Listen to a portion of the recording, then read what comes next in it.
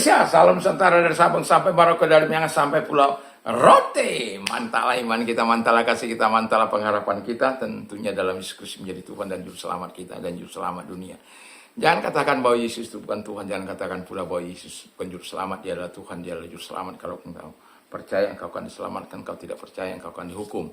Karena Yesus sudah berkata dalam Yohanes 14 ayat ke-6, akulah jalan dan kebenaran dan hidup, tidak seorang sampai kepada Allah kalau tidak melalui aku.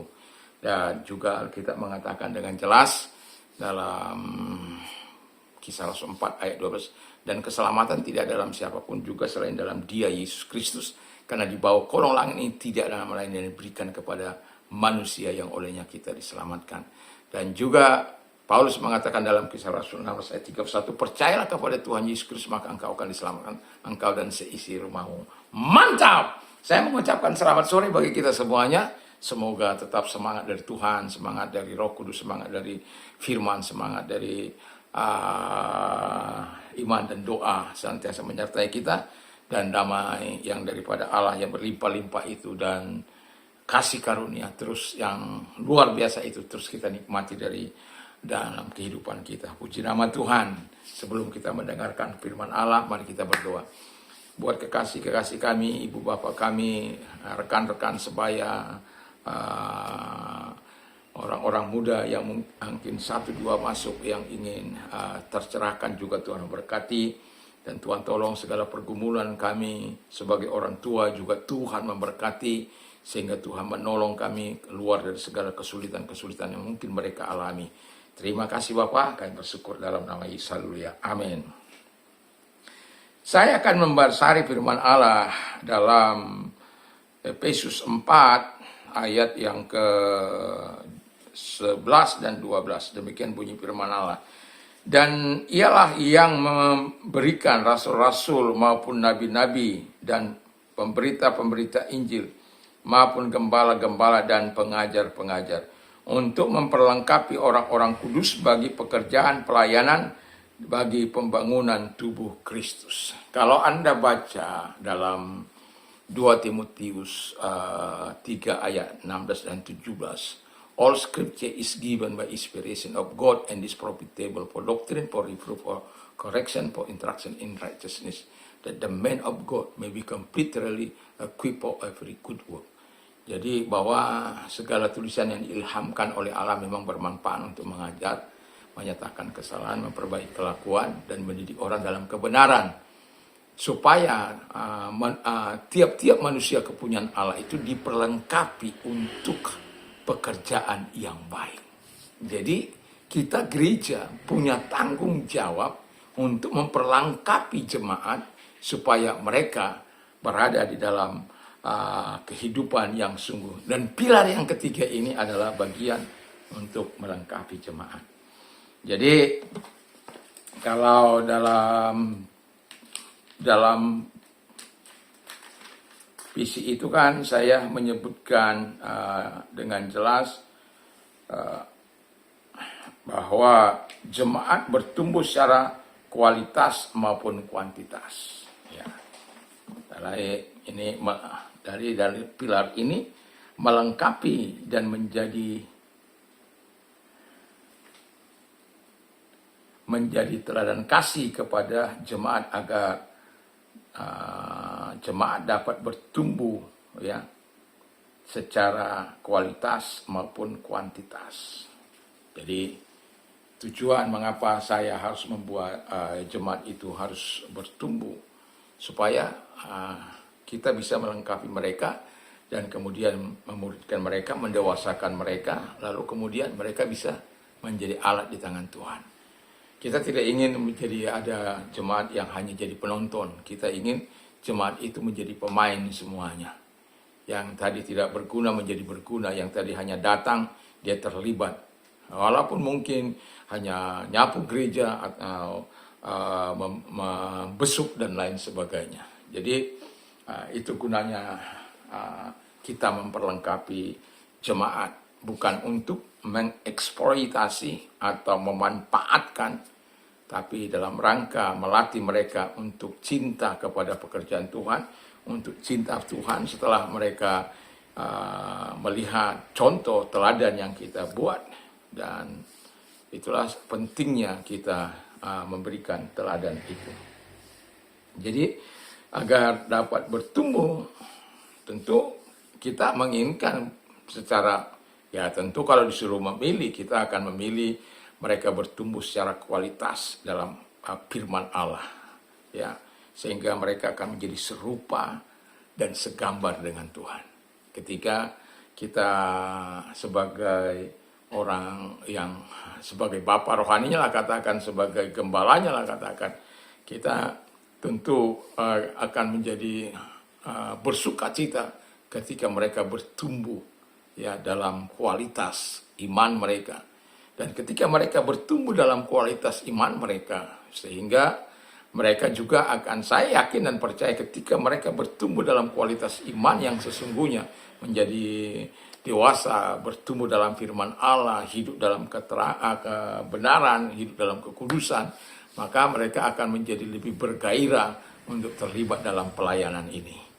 Dan sama seperti ketika Yesus masuk ke rumahnya si Sakeus, dia tidak perlu menginjili pertemuan yang baik itu.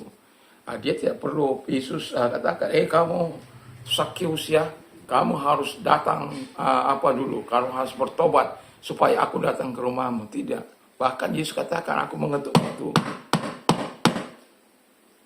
Dan kalau ada orang yang membukanya, aku akan masuk. Makanya Yesus ketika dia melihat apa yang tidak pernah dilihat orang, Yesus bisa lihat. Dan dia, Sakeus, turun kau, segera turun, aku mau nginap di rumahmu. Aku mau tinggal dalam rumahmu. Haleluya. Walaupun banyak orang bersungut-sungut mengatakan, tinggal dengan orang berdosa, katanya dia Tuhan, katanya dia suci, katanya dia benar. Bersungut-sungut, ya, komplain. Mau saya katakan bahwa Yesus itu kan sudah jelas dibilang, aku bukan datang untuk mencari orang benar, tapi mencari orang yang terhilang atau orang berdosa untuk diselamatkan. Kita kan dulu orang-orang yang terhilang. Jadi gereja itu bukan tempat orang-orang kudus di situ. Gereja itu adalah tempat menolong orang-orang yang belum bisa bangkit bersama untuk menerima Yesus sebagai Tuhan dan Juru Selamatnya, agar dia bisa bertumbuh di situ. Jadi itu sebagai, kalau saya katakan, sebagai bengkel untuk memperbaiki setiap orang. Dan itu sebabnya perlunya gembala itu melakukan yang terbaik dalam hidupnya, mencontoh Yesus sebagai teladan hidupnya. Nah, jadi kalau kita melatih mereka akan bertumbuh dalam kebenaran. Langkah praktisnya bagaimana? Kan itu menjadi pertanyaannya. Karena tujuan kita supaya mereka menjadi serupa dan segambar dengan Tuhan, dewasa, sehingga mereka bisa mengalami transformasi yang sesungguhnya dari Tuhan, dan mereka juga bisa menikmati, membagikan iman mereka supaya dapat menjadi alat di tangan Tuhan. Nah, dalam langkah-langkah untuk membentuk mereka, ya kita atau melatih mereka, kita perlu membentuk kelompok-kelompok kecil, ya, untuk melatih mereka sehingga mereka kelompok bertumbuh bersamakah, kelompok peduli bersamakah, kelompok berbagi bersamakah, kelompok ya macam-macam lah, ya, yang bisa kita mendorong mereka supaya mereka bisa bertumbuh dalam ajaran firman yang sehat tentunya. Dan itu tetap harus ada di bawah pengawasan gembala. Kalau dia sudah banyak, tentu ada geng. Tentu ada teman-teman yang terlibat dalam kelompok sel itu atau ketua sel itu. Dan yang mau saya katakan adalah mengapa kita perlu membentuk kelompok-kelompok kecil, supaya mereka di situ bisa bertumbuh lebih, tapi harus dilakukan secara konsisten, ya. Kadang-kala kan kita tidak melakukannya secara konsisten. Ini kita harus punya saya bilang katakan semua anggota harus sama-sama bertanggung jawab, harus sama-sama care, dan harus dibangun nilai-nilai kebersamaan itu. Supaya kalau kamu dibesuk, kamu nggak datang, mungkin kamu ada sesuatu, jangan marah ya. Kita punya moto saling membangun. Kau membangun saya membangun kamu. Wah, mantap itu. Jadi yang ketika mereka tidak datang, segera akan dikunjungi, didatangi. Apa yang membuat Anda nggak datang? Ya, kita rindu ini, kita kangen ini. Ya, mungkin saya susah ini. Apa yang susah? Nah, kalau memang saya nggak ada ongkos, ya kasih ongkos. Saya kan gitu. Ya. Saya kalau ada orang mogok itu, atau apalagi ibu-ibu, itu saya akan mampir. Kalau saya punya uang, itu saya akan bantu dia untuk membelikan bensin. Karena saya juga kalau dorong motor saya, walaupun bukan karena mogok, karena olahraga, orang kasih karena saya kalau mendorong motor itu bukan 1-2 kilometer sampai 7-8 kilo itu. Jadi sembari olahraga, ya jalan sambil dorong motor. Ya, pertama saya irit minyak. Yang kedua, saya sehat. Ya, jadi di situ. Dan yang ketiga, kadangkala orang antar minyak ke motor saya itu. Kalau mobil kan nggak mungkin saya dorong. Dan saya orang antar minyak. Ini Pak minyak.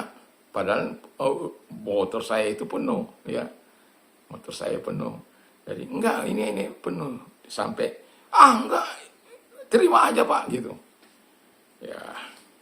Kalau nggak mungkin kita terima, memang nggak ada apa. Tapi kalau ini loh saya punya, enggak Pak, dimasukkan kata saya uang. Makanya saya katakan kalau kita menolong orang, sebenarnya kita sedang menolong diri kita. Tapi banyak kali orang mau menghambat orang, bukan malah menolong, malah menghambat. Ketahuilah, satu kali Anda akan mengalami hal-hal yang seperti itu. Anda menghambat pekerjaan Tuhan, maka Anda satu kali akan merasakan bagaimana kamu merasakan yang dihambat itu. Makanya saya tidak ingin ada di situ.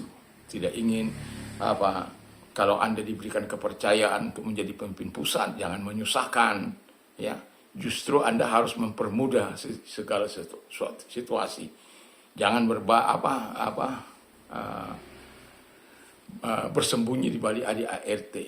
Jangan pikir orang-orang tidak tahu juga ADART. Walaupun mereka tidak bisa baca semua, pasti ada juga orang-orang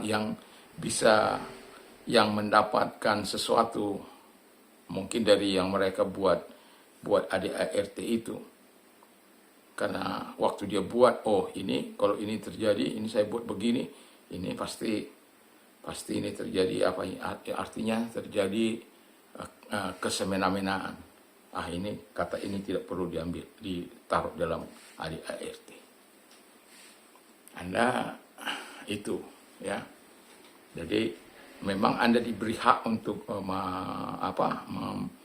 membuat dan lain sebagainya, tapi setelah Anda punya hak itu dipergunakan dan Anda sudah memukul palu, maka hak Anda sudah menetapkan itu. Dan ketika ada hal yang oleh karena sesuatu Anda mengatakan itu tidak ada gangguan yang tidak signifikan, bukan post major, itu nggak bisa berlaku, ya. Dan kalaupun itu mau ya harus sebagaimana ADART itu jalankan saja, gampang kan. Kalau kita punya hati untuk mempermudah segala sesuatu, bukan untuk mempersulit. Kalau di hati kita ada Tuhan. Karena kan Tuhan tahu apa yang kita pikirkan, apa yang kita perbuat. Tuhan tahu, nggak ada yang tersembunyi di hadapan Tuhan. Kalau Anda merasa saya bisa bebas berapa waktu ini, jangan pernah sekencang-kencangnya kejahatan berlari, satu kali kebenaran akan menghadang. Kalau Anda menyaksikan khotbah-khotbah saya tentang MBG ini, proyek yang sedang mereka lakukan adalah lahan korupsi. Kalau Anda aktif mengikuti khotbah-khotbah saya, seringkali saya melihat itu sebagai ladang korupsi. Dan betul, walaupun saya harus menggunakan praduga tak bersalah karena belum pengadilan menentukan, tapi mereka sudah masuk dalam penjara.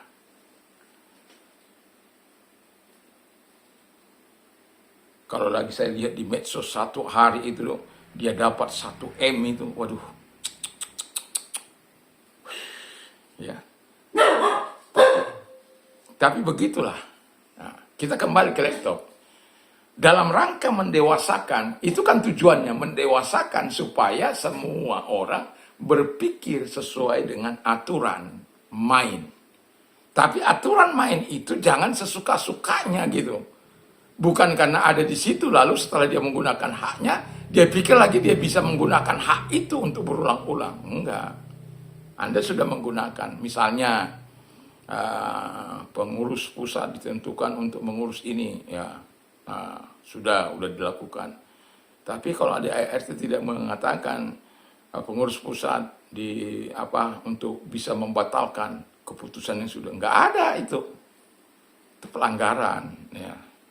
Nah, jadi disitulah kita perlu saling hidup dalam kebersamaan itu, saling bertukar pikiran supaya pemikiran semua orang diserap.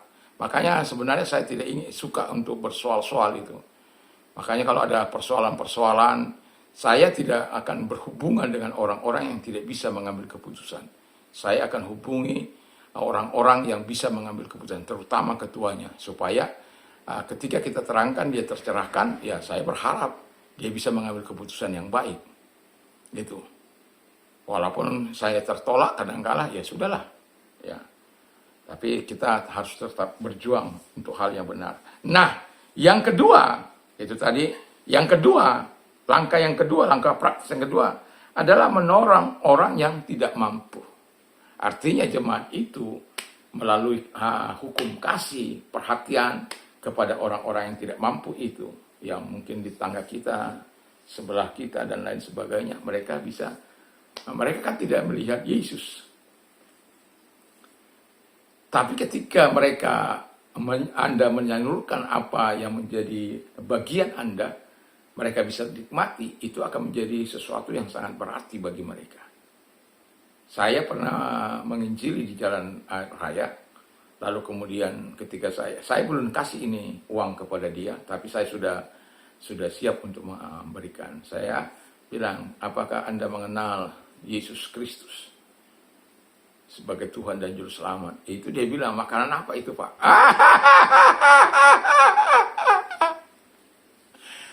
Yang mau saya katakan adalah, mereka nggak kenal Yesus. Tapi pemberian Anda itu ketika Anda memberikan dan Anda menyampaikan kasih karunia Tuhan.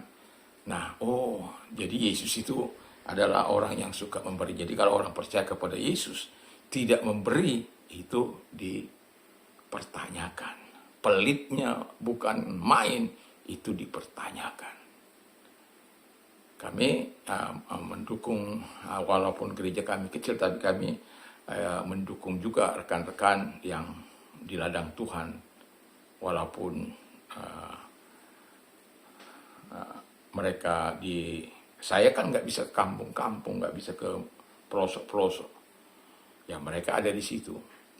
Setidaknya kita bisa menyatukan kekuatan beberapa rekan untuk bisa mendukung mereka yang berada di garis depan itu. Nah, jadi menolong, terus juga menggerakkan jemaat untuk saling peduli satu dengan yang lain. Di antara jemaat itu, tentu kan tidak semua jemaat yang kita layani itu punya. Ya, tentu itu. Tapi kita bisa gerakkan jemaat itu untuk saling peduli. Yang mungkin kalau dia punya masalah anak tidak kuliah, kita bisa. Ada sebenarnya anak didik saya, kita ingin dia kuliah. Jadi jauh sebelumnya saya sudah mempersiapkan supaya dia mau membuka rekening atas nama dia, ya, atas nama anak ini, supaya tapi dia masukkan harus dikembalikan kepada saya. Maksud saya begitu. Jadi buku tabungannya dia ambil ATM-nya juga kita pegang, tapi dia nggak mau. Dan sekarang sudah tamat, lalu kemudian ya kerjaannya nggak sesuai dengan apa yang sedih ya. Padahal kita jauh sebelumnya sudah mempersiapkan 1,5 tahun ya, yang lampau kita sudah persiapkan supaya anak ini bisa kuliah. Tapi dia menolak, ya kita tidak bisa apa-apa. Ya karena saya kan sudah bilang, sampai saya bilang, ini kamu tinggal membuat nomor rekening, ya. Nanti kamu saya tunjukkan kepada kamu. Ya kalau kita nyetor kan bisa udah langsung bisa nyetor kita sendiri dengan kalau dia sudah membentuk. Tapi memang bukunya itu harus kita yang pegang, ya. Dalam arti kalau pas mereka seperti yang sudah, kan tahun ini dia tamat. Seharusnya tahun ini dia nggak perlu sampai mengerjakan yang tidak sesuai dengan kemampuannya, ya. Tapi pilihannya sudah dilakukan dan kita tidak bisa memaksa. Akhirnya dia karena pekerjaan itu ya nggak pernah lagi ibadah karena dia jauh dari sini. Jadi tapi walaupun demikian kami masih ingin juga untuk melawatinya. Jadi kita harus care kepada mereka, ya. Jadi kami sebenarnya mempersiapkan itu kepada anak-anak remaja kami pada waktu-waktu yang lalu juga kami juga lakukan itu. Bahkan bukan hanya kepada lingkungan kami ya, sampai kami menanggung sebanyak 20-an orang anak-anak yang membutuhkan pertolongan. Dan ada sekarang ini mereka yang ada pengusaha, ada yang jadi polisi, ada yang ya macam-macam lah profesi mereka.